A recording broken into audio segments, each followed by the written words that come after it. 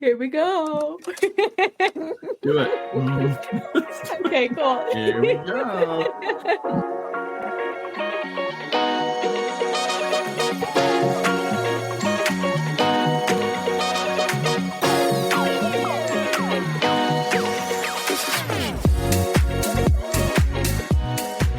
Welcome back to Coffin Talkin', where we unravel the mysteries, embrace the peculiar, and find humor in the unconventional world of funerals and death.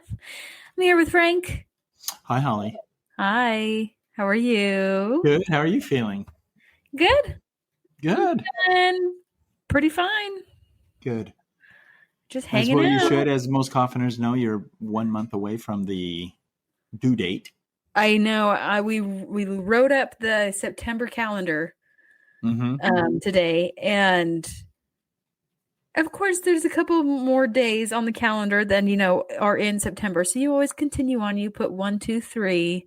Yep. And I put the 1 for October 1st, and it's like, oh my gosh, that is the due date. It's right here. It's here. It's ready to go. It's right here. Yeah, so that was freaky. I had a little crisis about it, but now we're feeling great. Hold it. We had the crisis, or you had the crisis? It's definitely me. Kaden had to talk me down. Had to talk you down? Yeah. What was the crisis? Were you screaming in 1 month? In 1 month. Yeah, it's just crazy. It's crazy to actually see it up on the calendar and think, yeah, that's only 4 weeks away. And we have, I only have 3 weeks of work left, which I'm so thrilled about before maternity leave starts. And yeah, kind of crazy. Yeah, that is crazy, but a good crazy. It'll be a good thing. It'll be a good thing. Really good crazy. Yeah. But weird to see it on the calendar. It's on our calendar as well. Oh my gosh, is it really? Yes. As well it should be. Yeah, probably. Holly is due. That's what I am due. You're due. We don't know if the baby will come that day, but you're due. But I'm due. Yeah. So if the baby comes later, are you going to have it? Are you going to induce it? I don't know. We are still talking through options. Oh. So not sure yet. Haven't made up our minds. Okay. So we'll see. I'm sure that'll happen. What's new with you? Not anything really. There was one thing I wanted to mention, but I can't think of it right now. For the life of me, it'll come to me. I'll probably mention it throughout the episode, but yeah, nothing really comes to mind right now. Still staying kind of busy. Yeah.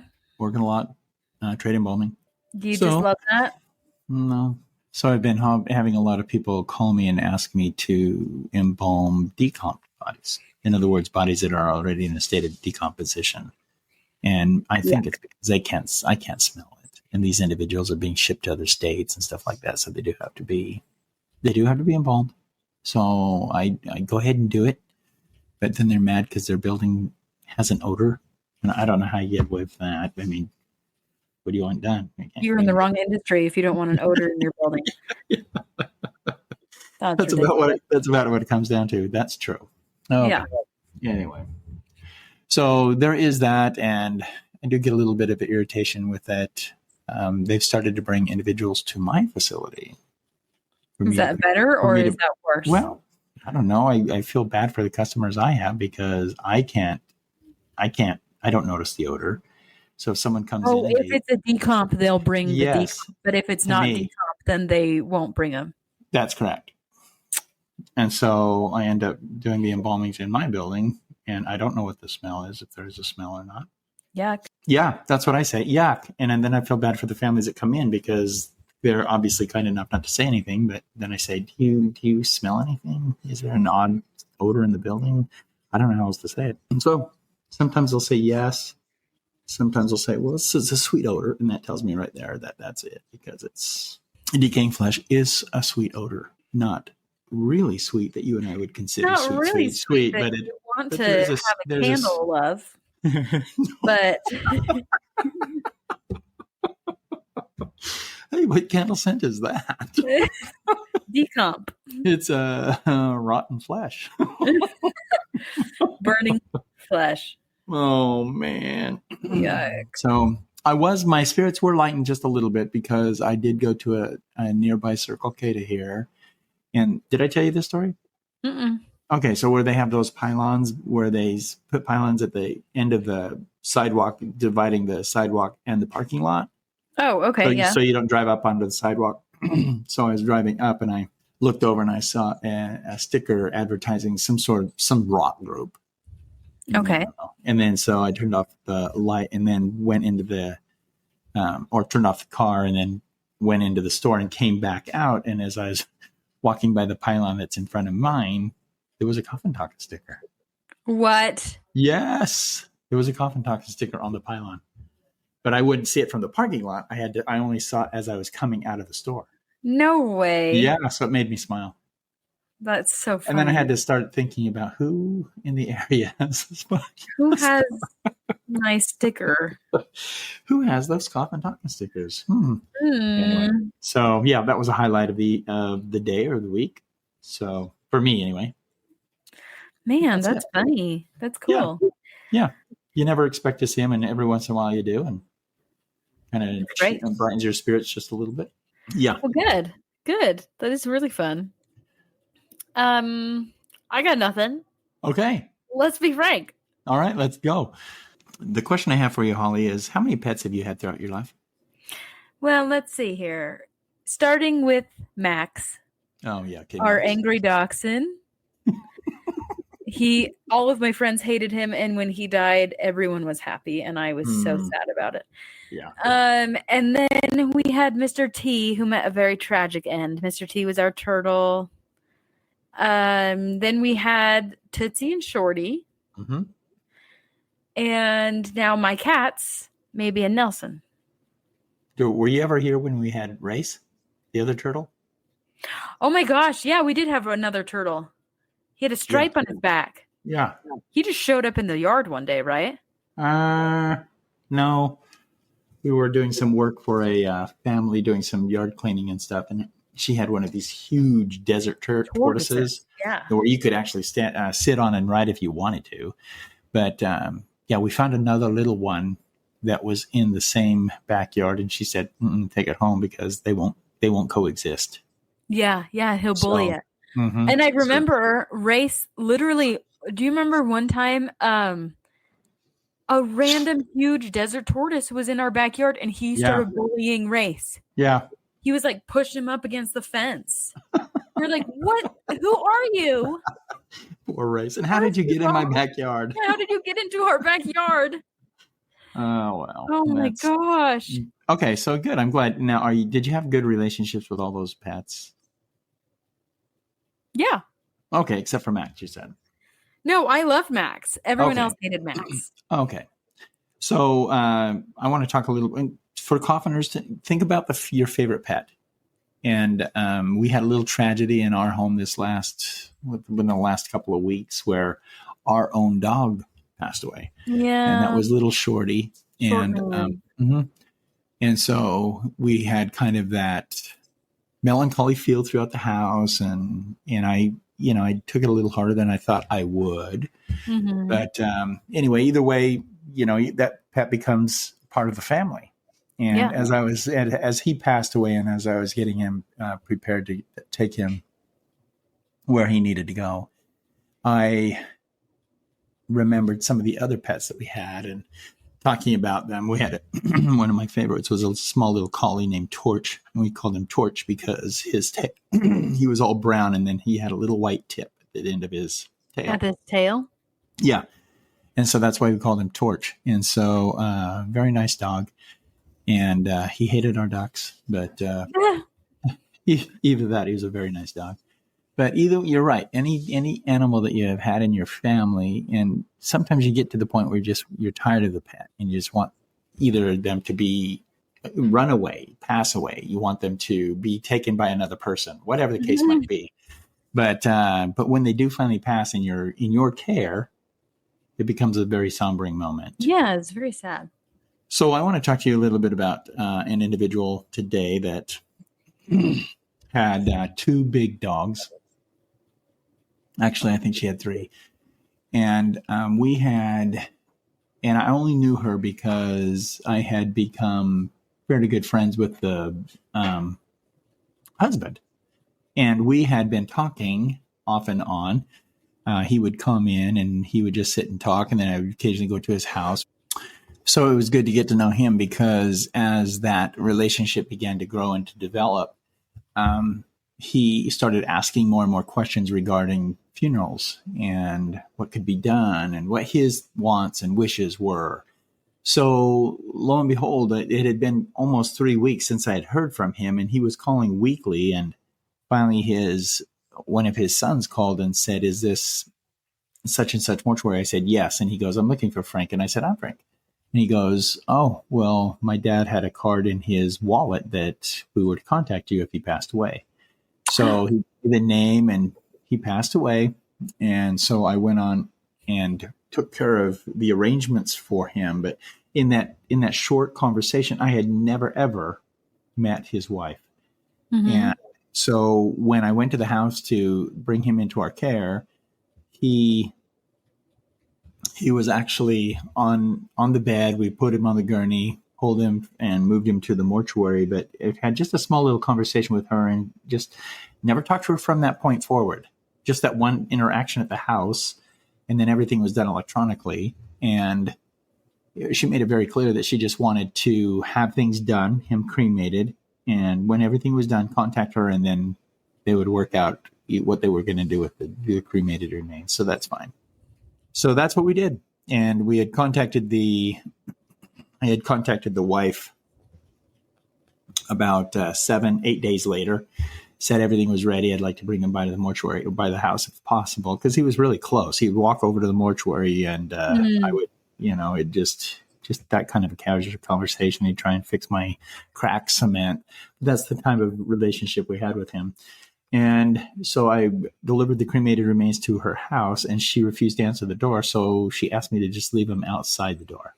Now, This is the type of woman that she was. I'm just trying to give you an idea of a little bit about her mindset.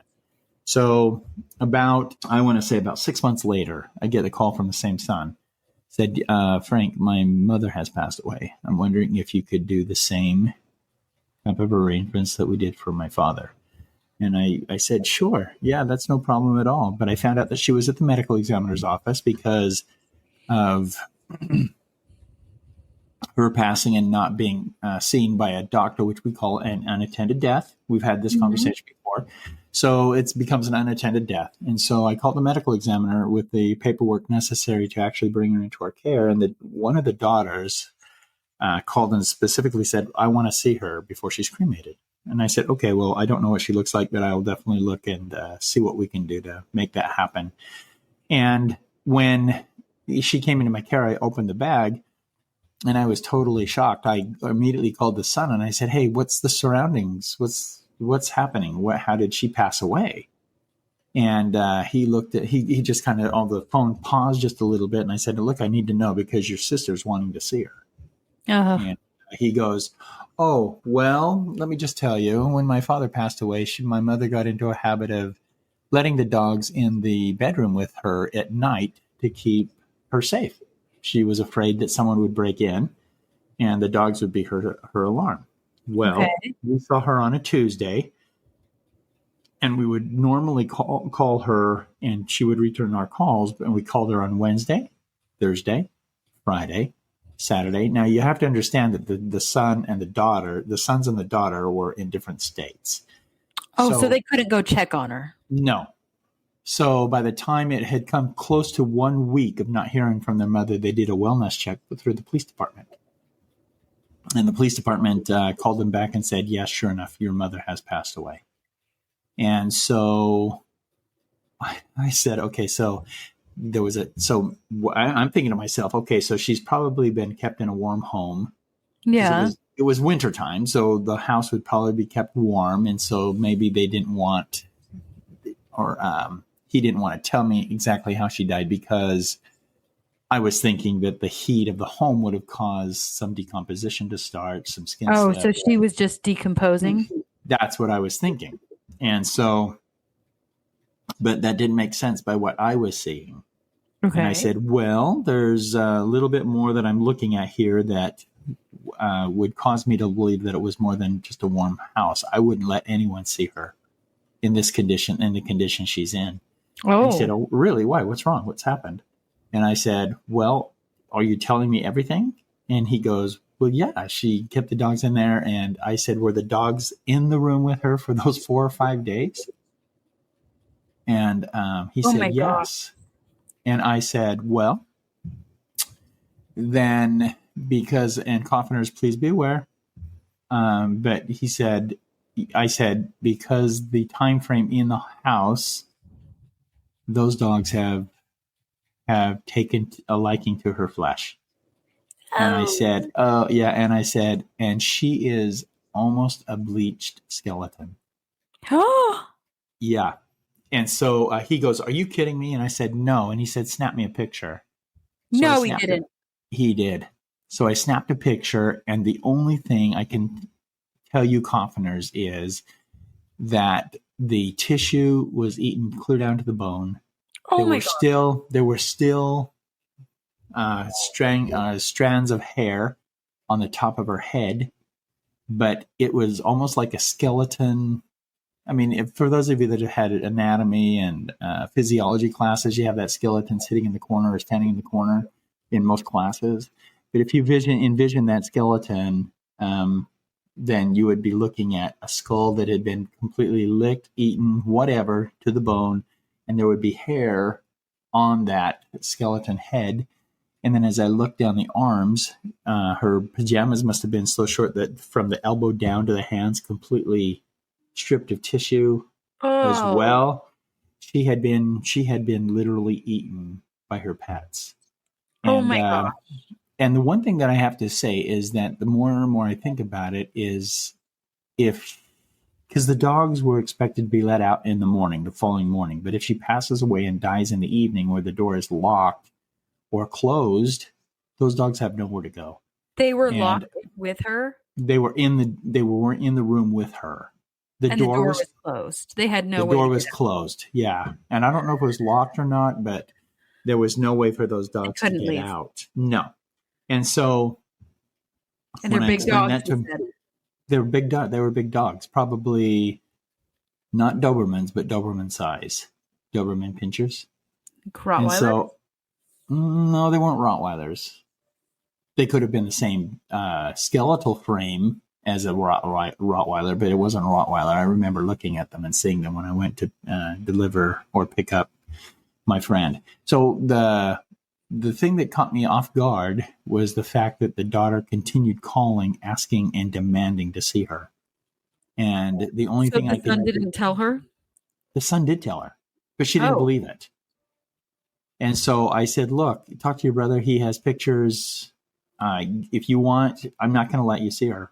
I said, "You can move her to another mortuary. I don't care, but I'm not going to let you see her." And so she finally allowed us to go forward with the cremation. And so when that was done, everything was delivered to the son who lived I think it was in California. But the information that I received is that the daughter was going to kind of bring suit against us because of the amount of time that it had taken from the time for her to be brought into our care, from the time that she received notification that she wasn't able to see her mother. And so anyway, it never came to fruition, which is fine. And that's perfect because we would have been perfectly all right with what we did.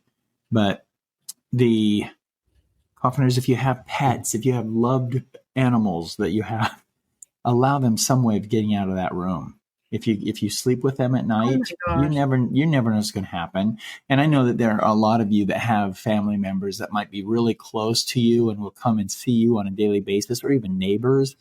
But if no one's coming to check on you and you have animals, especially big animals, and they're just going to act like animals. That's what they do. Well, self-preservation. Like starving animals. Yeah, they're going to be self-preserving. So they're going to step and do what they need to do in order to keep themselves alive. Now, tragic end is that whoever it was in the Humane Society or some sort of an animal keeper said that because they had actually tasted and had partaken of human flesh, that chances are they would resort to that later and as years went on. And so all it would take is one bite, and then they would just go ahead and continue eating regardless of whether you were alive or not. And so the dogs were put down. Oh. Yeah, and that's the sad part of everything. And when I was just kind of briefly telling a neighbor this story, he just said, "Oh my gosh, animals are animals. They're just going to do what they have to do to self-preserve." And so when all was said and done, the animals were cremated, and then those cremated remains were placed in small little urns, and then everything was sent to the family.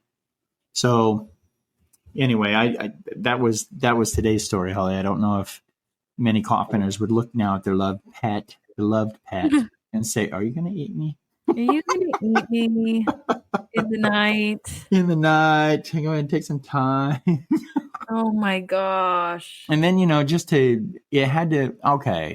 if you wanted a visual, and I don't know if I should say this, but if you look at, and you think of a visual of a dog trying to either get someone up or awake, and then taking a bite of some flesh and then trying to tear it.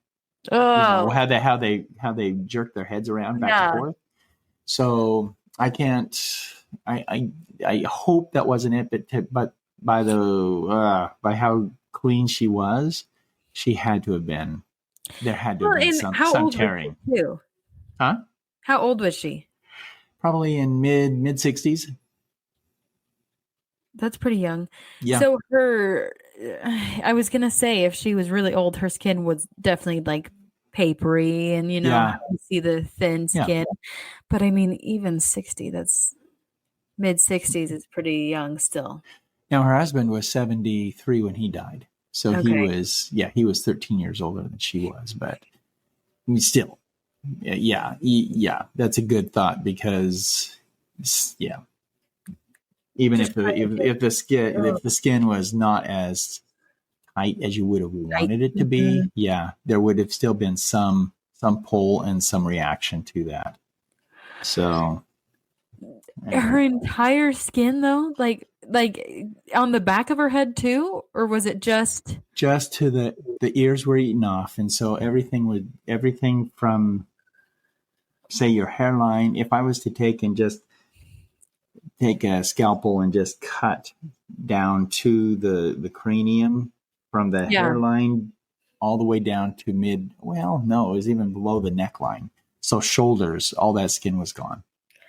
Oh my gosh. Yeah. What about like legs and stuff? I'm assuming she was under a cover, so. Yeah. So I didn't really look. I didn't notice anything at the legs. I just assumed, because the arms below the elbow were the same way, that if they had access to the legs, if it was exposed, it was probably the same way. Oh my gosh. Yeah. So that's kind of a sad story with pets. The ones we love, the ones I just this last week was cuddling and saying, "Oh, Short, I love you," and holding him and pulling him close to my face. Would he have been doing things? Would he have been coming closer to my face had I been the one that passed away first? I don't know. Oh my gosh. Hard to say, hard to know. Anyway. Oh, geez. That is awful. It is awful. But here we are, coffin talking. We have to be able to discuss all aspects of the funeral industry. Yeah. All the coffins and all the people and all the states that they were in. Mm-hmm. Oh my God. Well, anyway, so doggone it. Those dogs. Doggone it. Doggone it. Dogs gone it. Oh boy. Dogs got it. Yeah. Yikes. Yeah. Oh, so anyway, that's my little sad story there. And I know you're pregnant and everything, so that probably doesn't make a good thing for you to be thinking about. But you'll probably have nightmares tonight, Holly. You probably just thinking about it. Yeah, just thinking about it. But anyway. Oh my gosh. Any questions on that one at all? Go ahead. I don't know that I have any questions with that. I have a vague recollection. Did Scott witness that one? I feel like he did. I think he did. Yeah, I think he did. Oh, geez. Yeah. I try not to put a timestamp on things like this, Holly. But I mean, I think he did. Yeah. We'll have to ask him about it in the next Fun and Funeral. Yeah. Yeah, let's do. Oh my God. I'd be interesting to hear his take. Yeah. Yeah. Well, that's just awful. I can't imagine that. Especially being the daughter and being like, no, what are you talking about? Yeah, exactly. Just let me see my mom. Yeah. And you going, you don't want to see your mom. Yeah. Yeah. It's going to make it so much worse. Whatever picture you have in your head of her, just keep that. Keep it. Yep.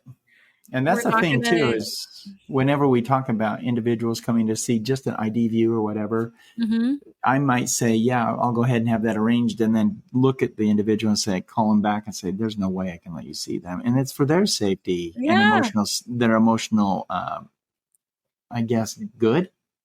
Yeah. Rather than having someone all of a sudden look at their loved one and say, oh my gosh, that's now imprinted in my mind forever. Yeah, exactly. That's my last memory. Yeah. How many people or how many cases have you had to say, no, you're not coming to see the body? I think maybe 3. Okay, 40, so not that 40, many. Maybe a little bit more. I forget about train accidents, but oh my gosh. Yeah, I would say in since 1985, probably I would be surprised if it's more than 40. Okay. Now, granted, there are some, because there are people that will know how the individual passed away and don't want to see them because they know how they passed, whether it be gunshot, stab wounds, slit throat, whatever, whatever. There's so many different ways of people passing that if a loved one knows how they passed, chances are they won't even want to. And then when they do know, they may say, if he's viewable, I'd like to see him before he's or her before they're cremated, and then I can just easily call back. They just leave it up. Yes, yes, yes, or no. I don't think that's a good idea.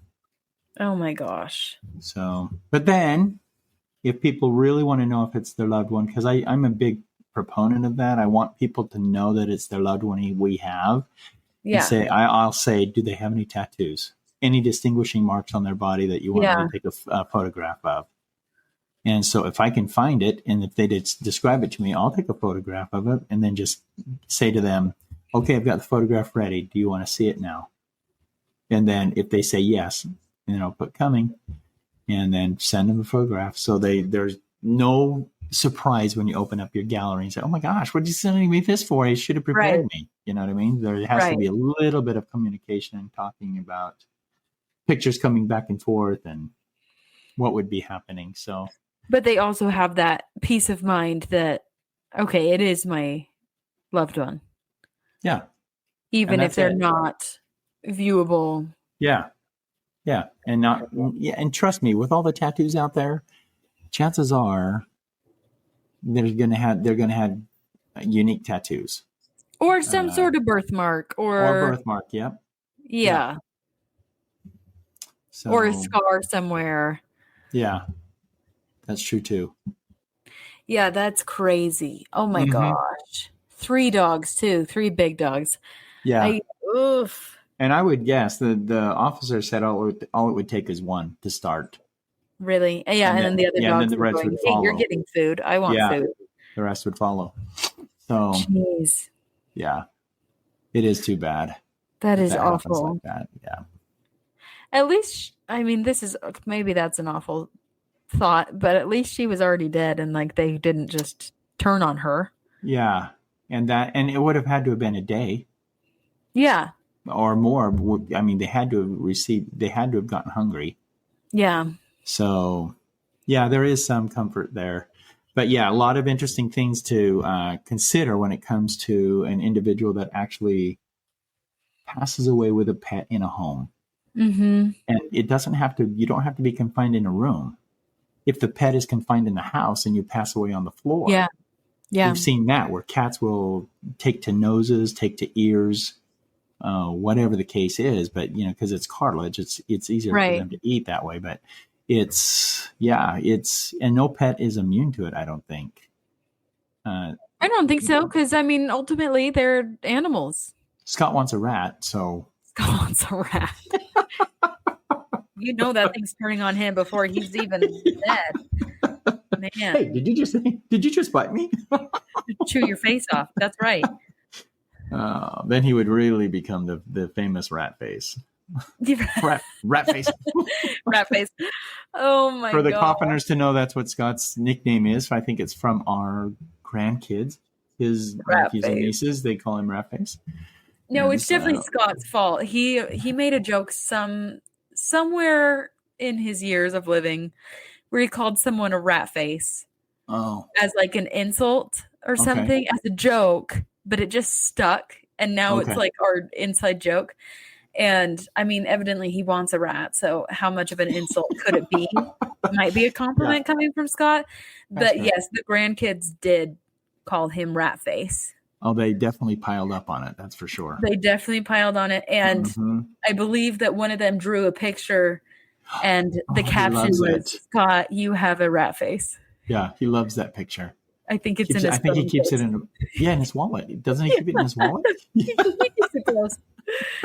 Oh my gosh. So it's funny. It's really good. Jeez. Yeah. Man, well, yeah. I don't know. Hold your pets a little closer tonight or keep your distance, whatever you're thinking. Whatever they're thinking. Whatever they're thinking. Yeah. Do it to it. And but that's all we've got for you today. So thanks for tuning in. Hope you're happy you were here. Make sure your pets are well fed. If you do keep them in your house at night, please get an automatic feeder. Put some water in there and put some food in there with you. You never know. You don't know what's ever going to happen. Yeah. And let's just not cross that bridge. It's great. And we'll see you next time. Thanks, coffiners. Bye. Bye.